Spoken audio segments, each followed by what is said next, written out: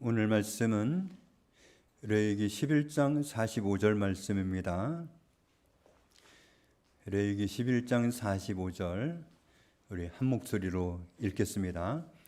나는 너희의 하나님이 되려고 너희를 애굽 땅에서 인도하여 낸 여호와라. 내가 거룩하니 너희도 거룩할지어다. 아멘. 우리가 지난주까지는 요한계시록을 통해서 은혜를 받았는데 오늘부터 몇 주간 정도 레위기를 통해서 같이 은혜를 받도록 하겠습니다. 구약성경 시작하는 책이 창세기, 출애굽기, 레위기, 민수기, 신명기까지 모세오경이라고 부릅니다. 우리는 세분화해서 창세기 읽고 출애굽기 읽고 끝났다. 레위기 어떻게 읽지? 이렇게 좀 넘어가면서 이게 딱딱 잘라지는 그런 느낌이 있다 보니까 레위기 같은 경우에 특히 이해하기가 어렵습니다. 원래는 창세기부터 신명기까지 모세오경 전체가 한 권의 책으로 되어 있다고 보고 있습니다. 모세오경이 5권으로 우리 책에는 분리가 되어 있다 보니까 성경 위치를 찾아보기는 쉽고, 또 요즘은 낙권 성경도 나와서 딸랑 한 권 들고 나가서 어디 대중교통에서 읽을 수도 있고 학교에서도 읽을 수 있고 그런 면에서는 참 좋은데, 문제는 창세기를 읽고 끝내고 그 다음에 출애굽기를 읽고 끝내고 그리고 레위기를 보면서 우리는 전혀 다른 책을 보고 있는 그런 느낌을 갖습니다. 그러니까 맥이 끊어진 거죠. 앞에서 읽은 출애굽기에 이어서 계속되는 말씀으로 생각하면 레위기가 이해하기가 쉬운데, 레위기는 출애굽기가 아니잖아.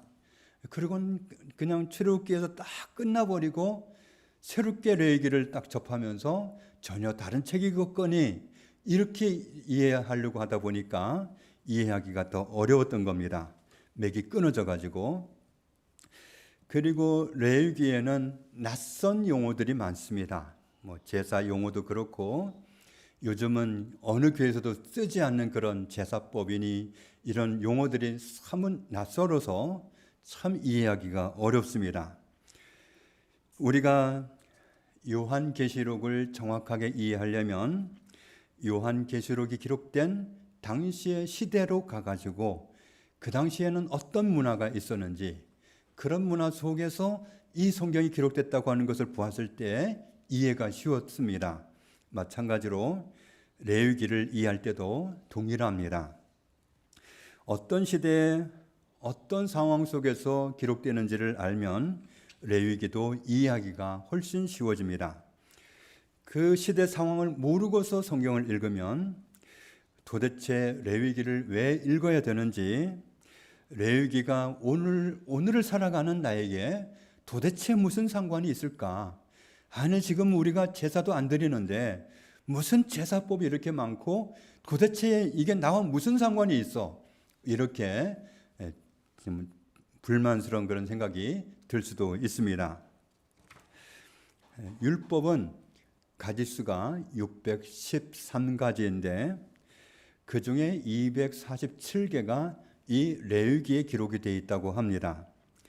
그리고 이 중에는 제사장이 지켜야 할 규례가 25개가 있고 또 제사에 관한 규례가 63개가 있습니다. 레위기에는 하나님께 드리는 5가지 제사가 나와 있는데 번제, 소제, 화목제, 속죄제, 속건제 이런 제사가 있습니다. 그리고 이 제사를 드리는 방식으로 분류를 하면 불에 태우는 화제가 있고 높이 드는 거제가 있고 또 옆으로 흔드는 요제가 있고, 그리고 제사를 지내는 끝날 때까지 제사를 드리다가 불이 꺼지지 말라고 도중에 기름을 붓는데 그걸 전제라고도 하고 또 이전 성경에서는 관제라고도 했습니다. 이렇게 드리는 방법에 따라서 이런 분류를 할 수 있는데, 그러면 왜 하나님의 사람들이 하나님께 제사를 드려야 하는지 이유가 있겠지요.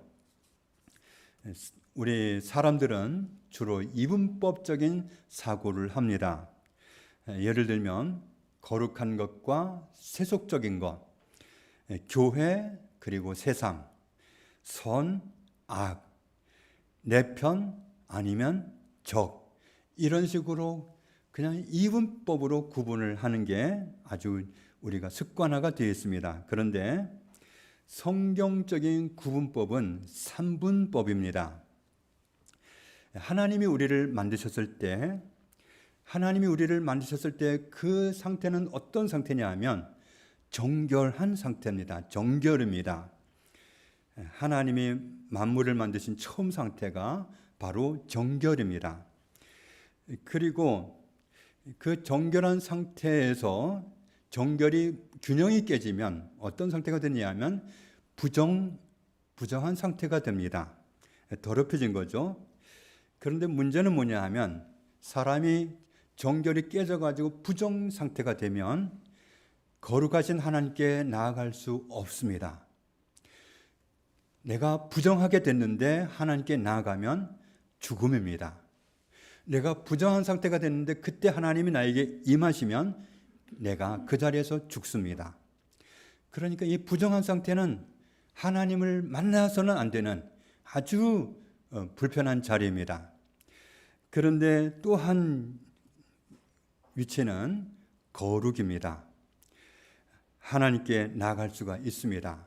또 하나님이 나에게 오셔도 괜찮고, 그래서 이 정결한 상태에서, 정결이 무너지지 않은 상태에서 하나님께 나아갈 수 있고 나에게 임하신 하나님을 만날 수도 있고, 그런데 이 정결한 상태로 하나님이 우리를 만드셨는데 정결한 상태에서는 하나님께 나아가든지 하나님 나에게 오시든지 아무 문제가 되지 않습니다. 그런데 정결이 무너진 상태가 되면 하나님께 나아가도 안 되고 하나님이 나에게 오셔도 안 됩니다. 동일하게 죽음이기 때문에.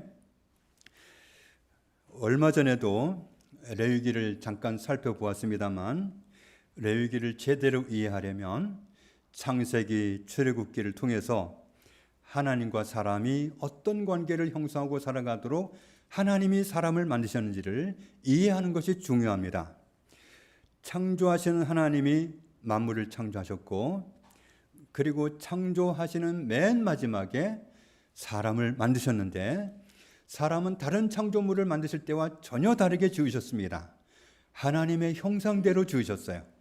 그래서 사람만 하나님의 형상대로 지으셨는데, 창세기 1장 27절을 보면 하나님이 자기 형상 곧 하나님의 형상대로 사람을 창조하시되 남자와 여자를 창조하시고, 남자도 하나님의 형상, 여자도 하나님의 형상, 하나님의 형상으로 지으셨습니다. 세상에는 뻔한 사기를 치는 사람들이 많습니다. 잘 될 리가 없는 사업인데 이 사업에 투자하면 떼돈을 벌 수 있다고 속여서 투자 금액을 받아 챙기기만 하고 사업이 전혀 안 되는 쪽으로 몰고 가기도 합니다. 그리고 은행에서는 꿈도 꿀 수 없는 목돈을 벌게 해준다고 돈을 투자하라고 하는 금융 다단계도 엄청나게 많습니다. 또 건축업을 하는 장로님이 교회 건축하는데 어떻게 연결이 돼가지고 자재값을 먼저 달라고, 그래서 10억 공사비에서 3억을 챙겨가지고 날라버리고, 이런 황당한 일을 겪기도 합니다. 요즘은 보이스 피싱으로 온갖 연극을 다 해가면서 사기치는 사람들이 많습니다. 제 핸드폰에는 제 둘째 딸 이름이 막내로 저장이 되어 있습니다. 그런데 4월 7일 날 막내라는 이름으로 전화가 왔습니다. 어디 갔다가 오느라고 번호를 살피지 못하고 받는데, 막내라는 이름을 보고 받았는데, 그 낮 시간에는 저희 둘째 딸이 저한테 전화할 시간이 아닙니다. 그래서 약간 의심하면서 받았는데, 여자아이가 울면서 아빠 막 울면서 이제 전화를 하는데, 꼭 우리 둘째 딸 목소리로 전화를 하는 거예요. 그러더니 어떤 남자가 전화를 받아가지고는 최진실 아빠 되느냐 그렇다고 그랬더니, 자기는 뭐라고 하는데 뭐라고요 그랬더니 사채업자라고 그래요. 그래서요 그랬더니 자기한테 안 말려드는 걸 알고는 욕을 하고 끊어버리더라고요. 우리 핸드폰에 저장된 가족의 이름으로 사기 전화가 올 수 있습니다. 가족 이름으로 전화가 올 때 거기에 말려들지 않은 힌트 하나를 드리겠습니다. 가족에게서 전화가 오면 그냥 이름만 보고 받지 말고 전화번호를 확인하십시오. 전화번호에 좀 긴 게 앞에 붙습니다. 00682 이렇게 앞에 붙든지 00182 이렇게 붙든지 엉뚱한 번호가 앞에 더 붙어가지고 국제전화로 옵니다. 그러니까 그런 전화가 오면 수신 거절하면 되겠습니다. 우리의 맨 처음 조상인 아담과 하와가 초대형 사기를 당했습니다. 사탄한테 우리를 창조하신 하나님의 말씀을 듣지 말고 거부해버려라. 그렇게 하면 너도 하나님 같은 존재가 된다. 그 말에 속아서 선악을 알게 하는 열매를 먹지 말라고 하나님은 금하셨는데 용감하게 먹어버렸습니다. 그래서 창세기 3장을 보면 하나님을 거부하기로 결정한 사람을 하나님께서는 더 이상 데리고 있을 수가 없어서 추방을 시킵니다. 사람은 하나님을 모시고 살지 않으면 정상이 아니라 비정상이 됩니다. 그래서 하나님을 모시고 하나님과 친하면 친할수록 정말 그렇게 안정적일 수가 없어요. 아무리 풍랑이 오고 정말 회오리바람 같은 그런 환경이 몰아쳐도 거기에 흔들림이 없이 나아갈 수 있습니다. 하나님을 바라보고 하나님이 붙들어주기 때문에 그런 환경을 지나서 정말 하나님이 주시는 은혜의 삶을 살아갈 수가 있습니다. 그런데 하나님을 내 삶 속에 잃어버리면, 나 혼자만 남게 되면 우리는 정말 아무것도 아닌 존재가 되고 맙니다.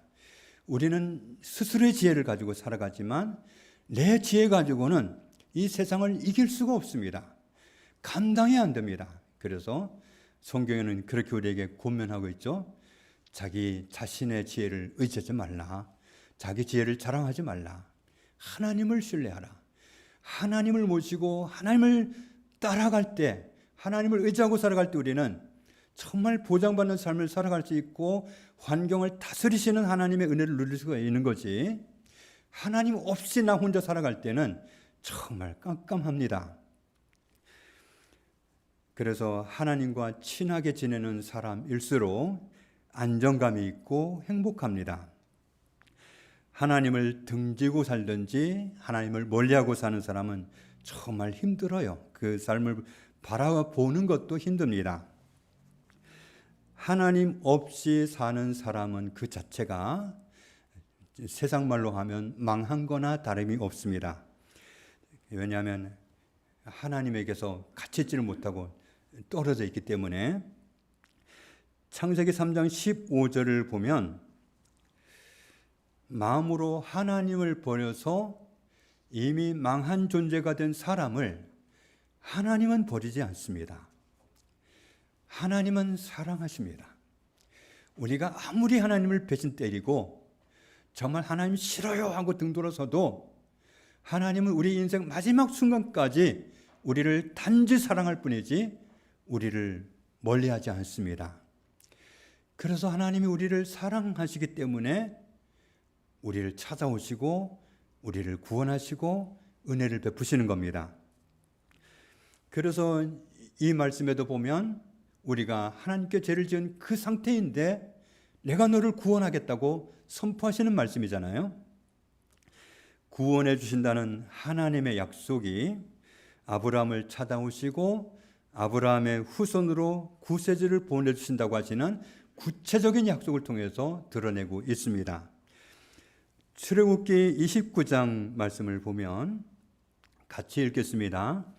그들은 내가 그들의 하나님 여호와로서 그들 중에 거하려고 그들을 애굽 땅에서 인도하여 낸 줄을 알리라. 나는 그들의 하나님 여호와니라. 아브라함의 후손들이 애굽에 가서 살았잖아요. 처음에는 대우받고 살다가 나중에는 노예가 되어버렸습니다. 혹독한 노예 생활을 하면서 자기들도 미래가 안 보이고 자기 후손들을 생각해도 미래가 없어요. 아브라함의 자손들에겐 미래가 없었습니다. 아무리 오래 살아도 노예인데 무슨 미래가 있겠어요? 바로왕의 압제로부터 벗어나면 되겠는데 벗어날 방법이 없습니다. 바로왕이 노예의 말을 듣겠습니까? 노예가 부탁한다고 되겠어요? 협박한다고 되겠어요? 방법이 없습니다. 바로왕을 설득할 수도 없고 대들어서 될 일도 아니고 세상 어디에도 아브라함의 자손들이 그 압제로부터 벗어나게 도와줄 수 있는 손길은 없습니다. 사방 어디를 둘러봐도 없습니다. 그런데 출애굽기 2장을 보면 애굽 왕이 죽고 새 왕이 등극합니다. 우리는 이런 기대를 할 수 있잖아요. 처음 왕이 어렵게 했더라도 왕이 바뀌고 나면 달라질 수도 있잖아요. 그런데 왕이 바뀌었는데도 달라진 게 없어요. 이어진 왕이 똑같이 압제를 하는 거예요. 그래서 혹독한 노예를 살면서 견딜 수가 없으니까 그제서야 이 아브라함의 자손들이 하나님께 부르짖습니다. 도움을 요청한 거죠. 그래서 하나님의 도우심으로 하나님의 전능하신 능력으로 거기서 해방이 됐습니다. 그런데 그들을 애굽에서 해방시켜 주신다고 하나님은 아브라함에게 오래전에 약속을 하셨어요. 창세기 15장을 보면 하나님께서 아브라함에게 이 약속을 하실 때는 아브라함의 인생에 이런 일이 일어날 가능성이 1도 없을 때였어요. 왜냐하면 나이는 2 내외가 많았지만 이때까지 자손이 한 명도 없었습니다. 그런데 너의 자손이 이방에 가가지고 계게 되겠다. 자손이 1도 없는데 무슨 너의 자손이 계게 됩니까? 일어날 가망이 없는 겁니다. 그런데 거기 가서 그들은 400년 동안 괴롭힘을 당하고 그리고는 거기서 하나님의 도우심을 받아서 하나님의 이끌어내심으로 말미암아 나오리라. 아브라함에게 이 약속을 하실 때는 자손이 1도 없는 때였기 때문에 아브라함의 인생 가운데에 일어날 가능성이 전혀 없는 약속이었습니다. 그러나 이삭을 100살에 낳게 하시고 그때부터 시작해서 아브라함에게 수많은 자손을 주셔서 정말 말씀하신 대로 애굽 땅에 요셉 때에 합법적으로 들어가서 환영받고 살다가 정말 말씀대로 압제당하는 세월을 보내다가 그들은 도무지 벗어날 길이 없었는데 하나님이 개입하심으로 해방을 얻었습니다. 하나님의 일하심은 이렇게 신실하게 이루어집니다. 아브라함의 자손들이 하나님의 능력으로 애굽에서 해방되는 것은 하나님의 약속이었습니다. 다만 하나님의 약속이 있었어도 하나님의 약속을 붙잡고 아브라함의 자손들이 해방시켜달라고 부르짖어 기도했을 때 은혜를 베푸셨습니다. 그리고 출애굽기 29장 다시 보면 하나님께서 아브라함의 자손들을 애굽에서 구원해 내실 때 이스라엘 백성들에게 그때 소원은 뭐겠어요? 이 정말 미래가 없는 땅에서 하나님이 해방시켜 주십시오. 해방이 그들의 소원이었겠죠. 그런데 이 말씀에 가만히 보면 그때 하나님께도 소원이 있었어요. 내가 너희를 왜 이끌어낸지 아느냐? 나는 너희 중에 함께 있으려고, 나는 너희와 함께 살려고, 나는 너희와 생활을 같이 하려고 그런 목적이 있어서 너희를 해방시켜줬다. 이스라엘 백성들은 해방을 원하는 소원이 있었지만 하나님은 그들과 함께 살기를 원하셨습니다. 그러니까 하나님은 처음부터 사람을 지으실 때 하나님을 모시고 하나님과 함께 살도록 지으신 거예요. 그들이 하나님을 버리고 타락해가지고 정결을 잃어버리고 부정한 상태가 돼서 하나님을 뵐 수도 없고 만나서도 안 되고 그런 상태에 있을 때 하나님은 그들을 애굽 땅으로 인도해 가셔서 거기서 훈련하시고 정말 사람이 스스로는 살아갈 수 없는 존재구나. 정말 그들이 요셉의 후손이 돼가지고 그렇게 대우받고 들어가가지고 그렇게 압제당할 줄 누가 알았겠어요? 그렇게 압제당할 줄 알았으면 안 들어가기라도 하지. 안 들어갈 수도 없는 상황이었잖아요. 먹고 살기 위해서. 그런데 그들을 하나님이 훈련하시고 정말 스스로는 벗어날 방법이 없는, 해방을 맞을 능력이 없는 그들이 하나님께 부르짖게 하시고 하나님은 그들에게 개입하셔서 하나님의 권능으로 그들을 바로의 손에서 구출해 내셨습니다. 그런데 목적이 있었다는 거죠. 나는 너희와 함께 살기를 원했다. 너희는 단지 해방을 원했는지 모르지만 나는 너희에게 해방을 주는 것 이상으로 너희와 함께 사는 것을 원한다. 이것이 하나님의 소원이었습니다. 내가 그들의 하나님 여호와로서 그들 중에 거하려고 그들을 애굽 땅에서 인도하여 낸 줄을 알리라. 그들 중에 거하려고, 그들 가운데 임재하시려고, 그들과 함께 살기 위해서 그러고 싶어서 애굽 땅에서 구출해 냈다 말씀하신 겁니다. 그런데 심히 우려되는 문제가 있지요. 하나님이 원래 우리를 창조하신 그 상태로 정결한 상태에 있다면 하나님이 오셔서 함께 살아도 괜찮아요. 내가 하나님께 나아가도 괜찮아요. 그런데 문제는 아담 때부터 이미 사람은 정결을 잃어버렸단 말이에요. 정결을 잃어버린 사람이 어떻게 하나님께 나가고 어떻게 나에게 오시는 하나님을 감당을 하느냐 말이죠. 죽음인데. 이 당시에는 하나님의 임재를 구하는 기도를 할 수가 없었습니다. 하나님이 오시면 부정한 사람은 죽기 때문에 우리는 임하십시오. 담대하게 기도할 수 있지만 그때는 감히 하나님께 오십시오, 임하십시오 그런 기도 할 수가 없어요. 부정한 상태에서 하나님을 뵈면 죽음이기 때문에. 우리의 원래 상태는 정결한 상태였습니다. 정결한 상태에 있다면 하나님을 만나도 살아요. 그리고 정결한 상태는 정상입니다. 그런데 문제는 정결 상태에 있다고 하더라도 정결한 사람에게 무엇이 있느냐 하면 연약함이 있고 부족함이 있어요. 정결한 건 정상이긴 하지만 완전하진 않아요. 정결한 상태에서는 거룩에서도 영향을 받을 수 있고 부정에서도 영향을 받을 수 있어요. 내가 정결한데 부정에서 영향을 받으면 내가 부정한 상태로 떨어져 버리고, 내가 정결한 상태인데 거룩의 영향을 받으면 거룩한 존재가 돼요. 그리고 이 정결한 상태에서 정결한 사람은 부정에다가 영향을 못 줍니다.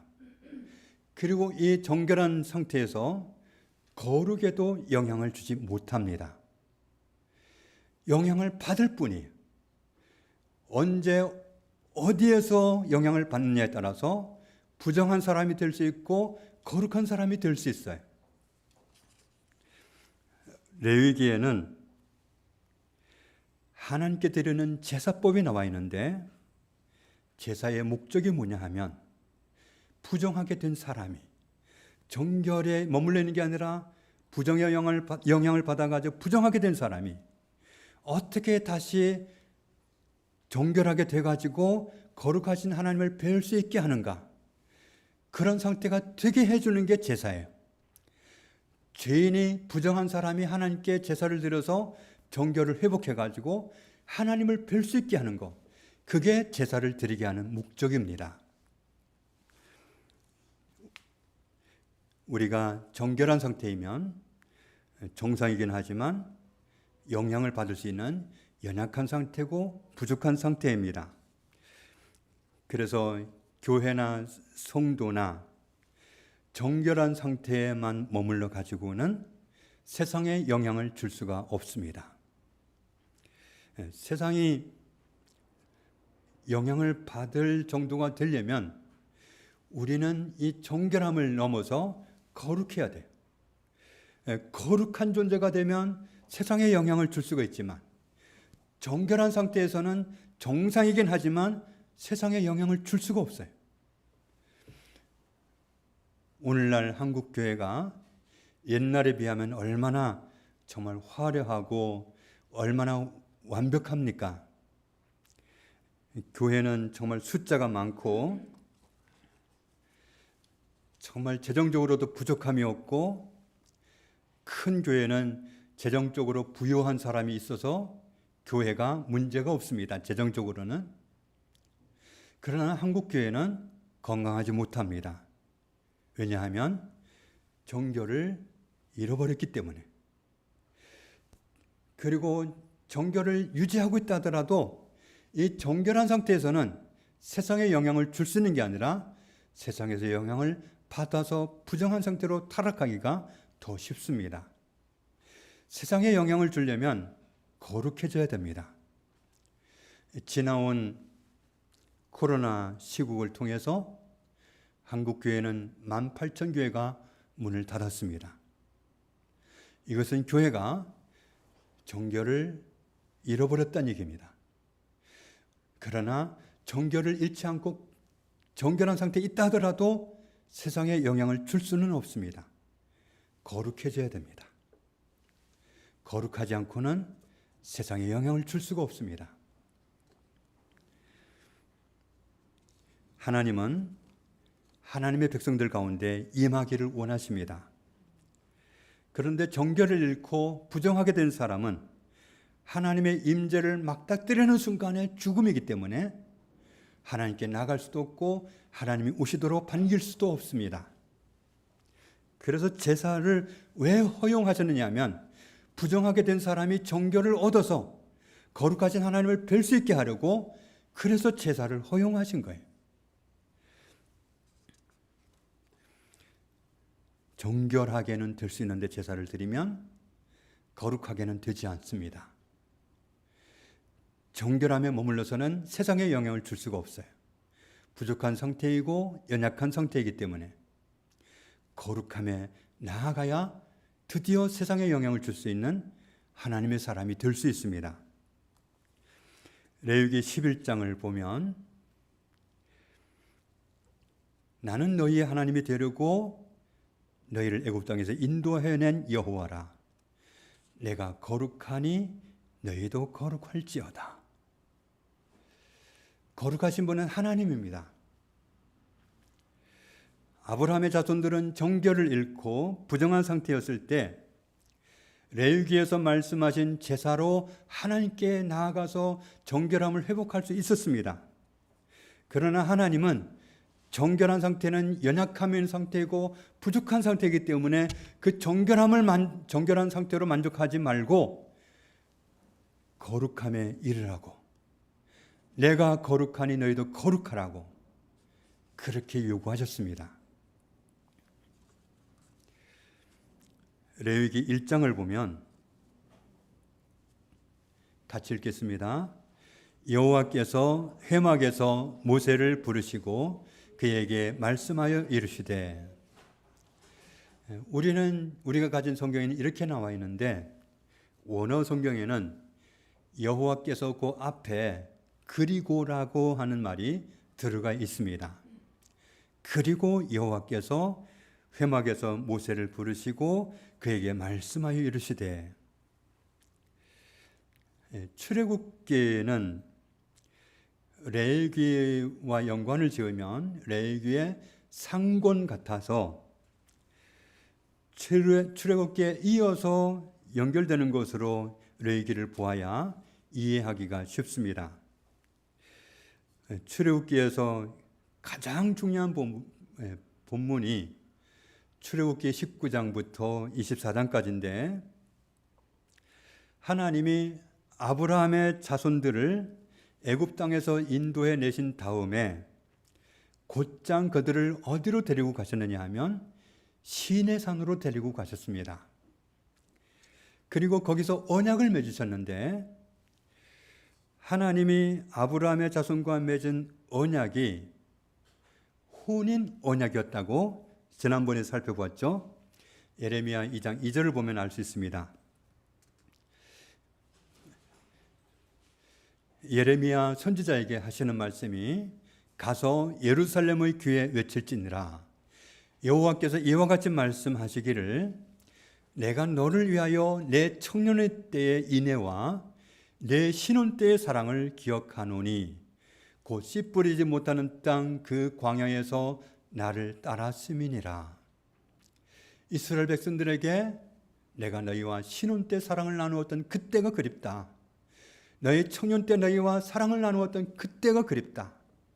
그때는 너희가 정말 험악한 광야에 있었어도 너희가 나를 잘 따랐지 않니? 하나님과 함께 있는 그 상태가 하나님은 그렇게도 좋았던 거예요. 하나님은 정말 말로만 아브라함의 자손들에게 나는 너희와 함께 있고 싶어서 너희를 구원해냈어. 말로만 그렇게 하신 것이 아니라 정말로 그러셨다는 것을 시간이 지나서 선지자를 통해서 알게 해주시잖아요. 나는 그때 너희가 나와 함께 있을 때 그때가 좋았어.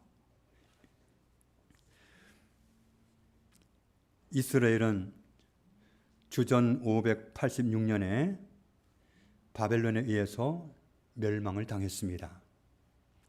그런데 왜 하나님이 그들과 그렇게 함께 있기를 원하셔서 애굽 땅에서 구원해 내셨던 백성이라고 하셨는데 왜 이스라엘이 무너지도록 이스라엘이 바벨론에 의해서 망하도록 두셨는가?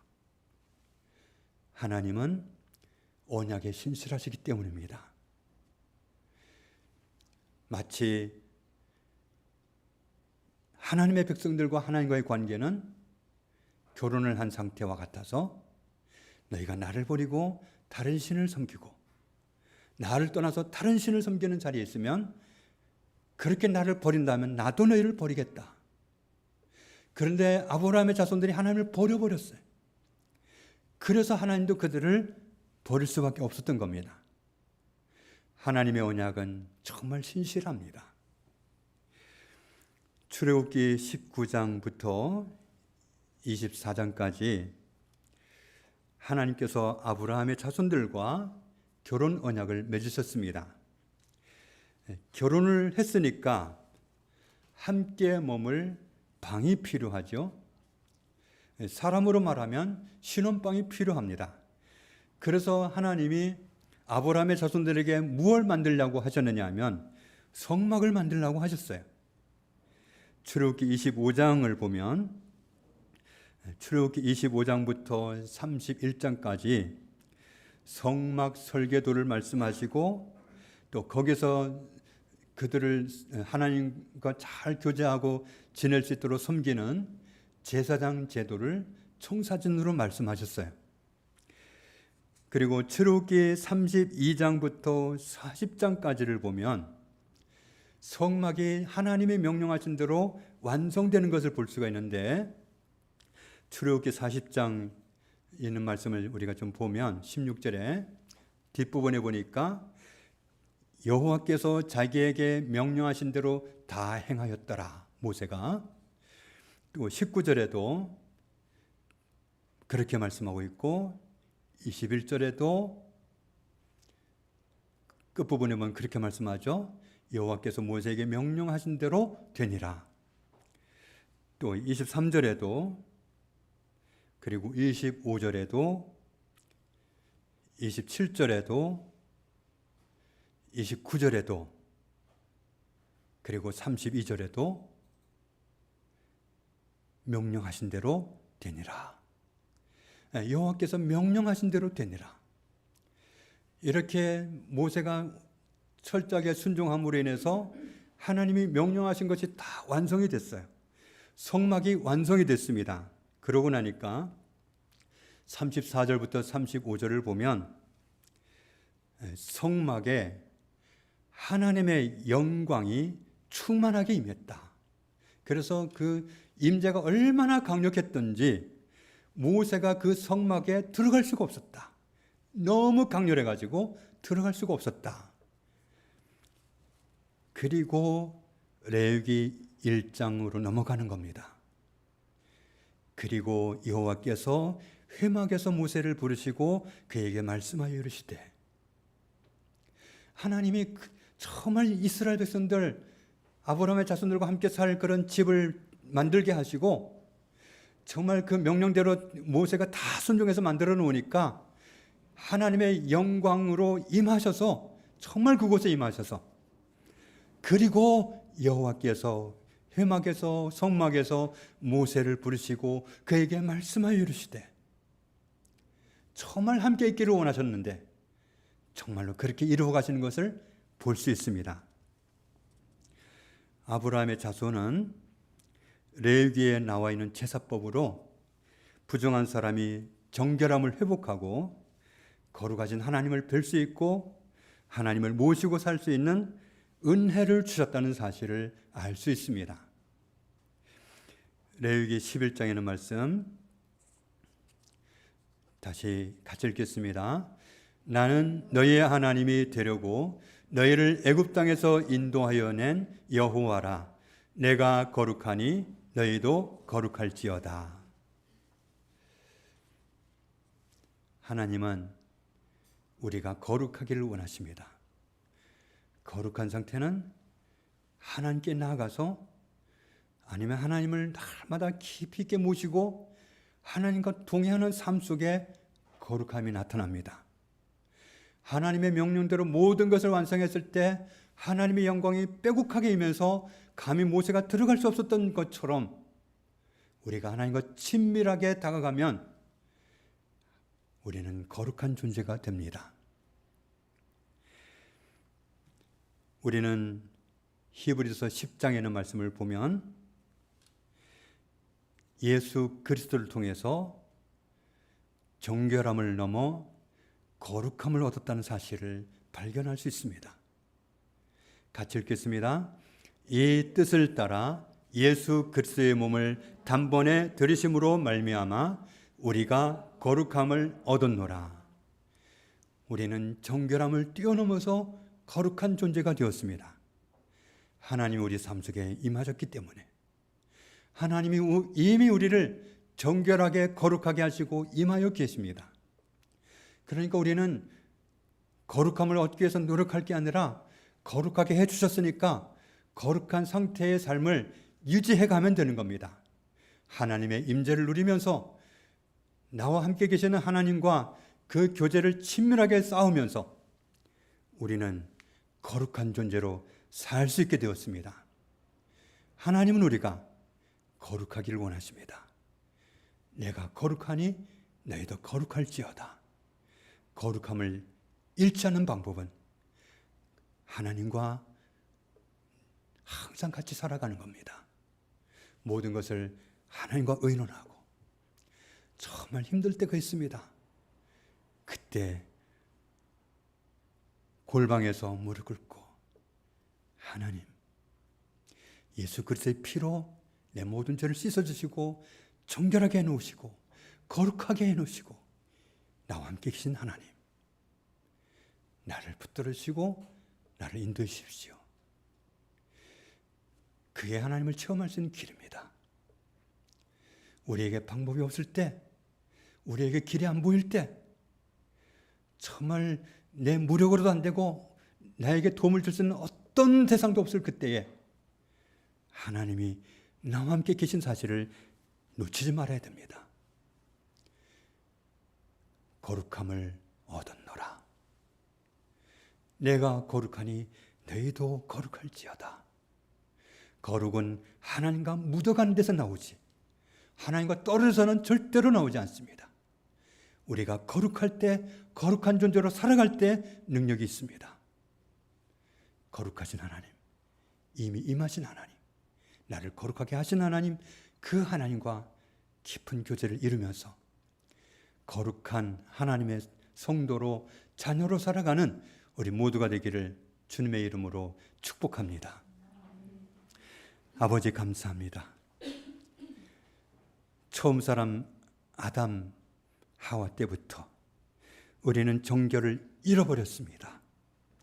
부정한 상태가 되었습니다. 하나님을 찾아갈 수도 없고 오시는 하나님을 감당할 수도 없는 부정한 죄인이었습니다.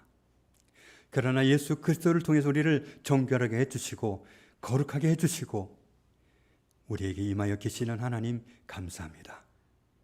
하나님은 멀리 계시지 않습니다. 하나님이 거룩하시듯 하나님을 모신 우리가 거룩하기를 원하시고 이미 예수 그리스도의 피로 모든 죄를 씻어 정결하게 거룩하게 해놓으셨기 때문에 정결한 삶을, 거룩한 삶을 유지하기 원하시는 하나님, 우리의 능력이 되어주시고 우리의 반석이 되어주시고 우리의 의지가 되어주시고 우리의 인도자가 되어 주옵소서. 예수님 이름으로 기도합니다. 아멘.